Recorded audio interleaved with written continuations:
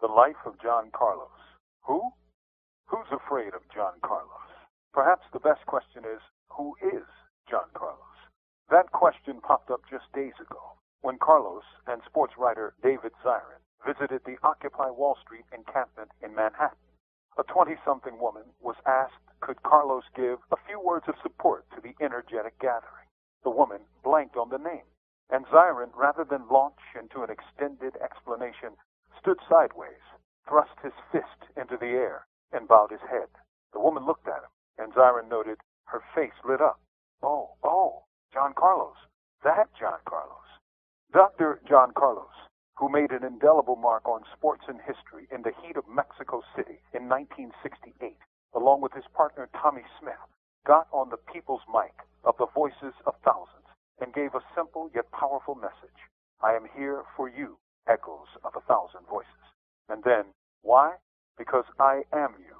We're here 43 years later because there's a fight still to be won. This day is not for us, but for our children to come.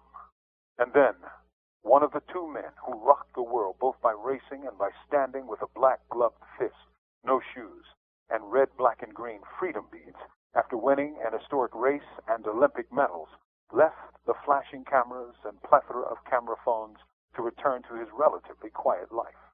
Zirin has just put out a delightful book, authored by Dr. John Carlos, titled simply The John Carlos Story, published by Haymarket. From his Harlem youth to his pivotal 5 minutes on the medal stand at the 1968 Olympics, and then to a life where almost every national institution tried to conspire to destroy both he and Smith, personally, psychologically, financially, and professionally. We learn that dissent still has serious costs in the so-called land of the free. I won't spoil the story for you, but Carlos is a man of extraordinary will and determination, and the book captures it with humor leavened with heartache. If you're into sports, track and field, the history of the 60s, or the Black Freedom Movement, this book will both delight and infuriate you.